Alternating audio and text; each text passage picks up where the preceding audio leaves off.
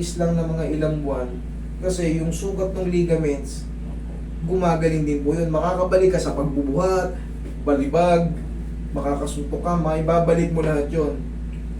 Ang hindi lang maibabalik sa kasamaang palad, itong nakabukol na to. Yan na yan. Kahit i-adjust ko yan, yan na yan. Okay, tapos lalagyan lang muna natin ng ano, para i-compress lang muna natin ng bandage para kahit paano. Bawal lang kayong biruin. Tandaan nyo, huwag kayong magpapabiro ng ganyan. No? Pre! Nako! Hindi kayo pwede mabiro kasi ganyan yung tsura niya, no? Eh, balikat.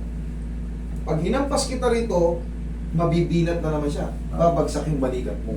Matutuluyan yan, maaaring marapture na ng tuluyan, separation of acromioclavicular ligaments. Ganun na mangyayari dyan. Pag nagmamaneho ka siya kung ano. Naku, makirot yan. Lalo na sa taxi. Oo.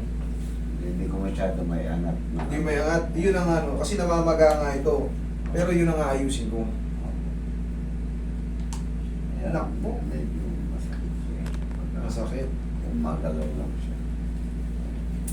Baka ano, yung nakalak.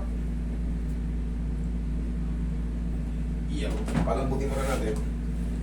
Siyempre, sa tulong ng mahiwagang pao. Ulitin ko, yung mga hindi pa ganong marunong, tandaan nyo, huwag yung piliting lumagutok, huwag yung pakadiinan, ganyan lang muna pag hindi kayo marunong. Huwag nyo nang pakadiinan ng tono. Mag-aral muna kayo, mag-enroll kayo sa mga TESDA, yan. O kaya yung mga private ngayon, ang dami nang nagtuturo ngayon.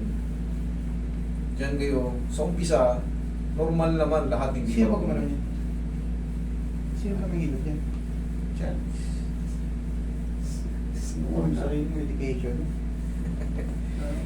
Lahat kasi nagsisimula sa hindi marunong, pero katagalan, gumagaling din tayo.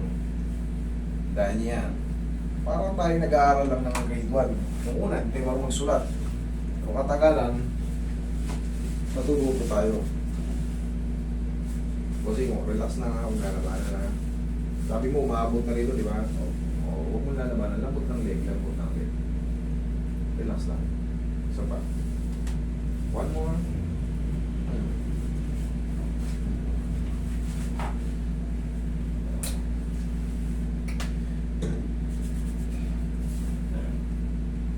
Sa umpisa kasi pag dinidinan ng ganyan, ang sarap, sige, di lang. Yan. Gagalaw pag hindi marunong. Ikaw naman na may katawan, gaganong ka lang. Pero yung iniisip nung nasa ibabaw na nagmamasad, hindi mo alam. Pupwersahin niya na pala. Nabigla po yun. Nabigla siya. Diniin niya maigi. Lumagatok. Paglagatok. Kaya nga. Paglagatok nun. Dapat yan, talaga ang treatment yan, pataas. Ganito tayo, okay, relax na. Tanggalin natin muna yung bara. Huwag matakot. Thank you. Yan. Sige, pasingawin na muna natin. Okay lang kayo? Relax na.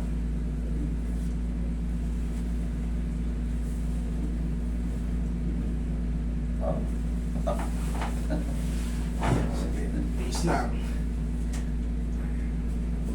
Straight lang kayo. Huwag matakot. Lambot lang. Saka. Oh.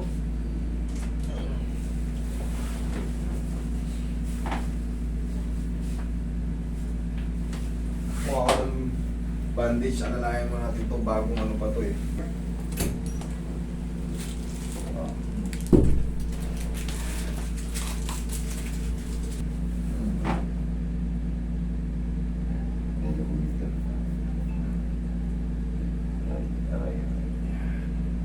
Tinanggal ko lang muna yung lock.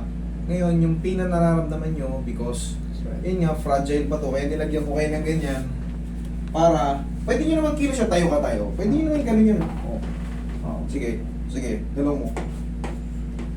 Ayos naman. Pakatoga ko. Oo, di ba? Makakagalaw ka na yan. Pero yan, kaya kung nilagyan mo na ng ganyan, pansamantala, para hindi nga kayo mabiro na ano, para makita nila na may pilay kayo dyan, kasi nga, huwag din ang ulit yung magpahilot sa ano, sa pamang hindi mo pala marunong. Idol, huwag mong masyadong lakasan. Ikaw, napilay mo si tito mo, laki-laki ng tito mo. Pinirsa mo ng gano'n, lumagutok. Ayan, nangyari sa kanya. Ngayon, nakalutang na ngayon yung ano dahil sa ginawa mo. Matututo ka rin, pero syempre kailangan mo mag-ignore kahit sa test naman lang. Okay? Sir, dire-diretso na yan, okay? Sa mga susunod na linggo, makakabuhat ka na ng mabigat yan. Hindi makaka-apekto sa pamumuhat yan. Makakabalik ka sa dati mong lakas. Pwede mong i-drive yan. Pero pansamantala, alalay lang muna, alalayan mo ng kanan. Okay? Ayun. Thank you.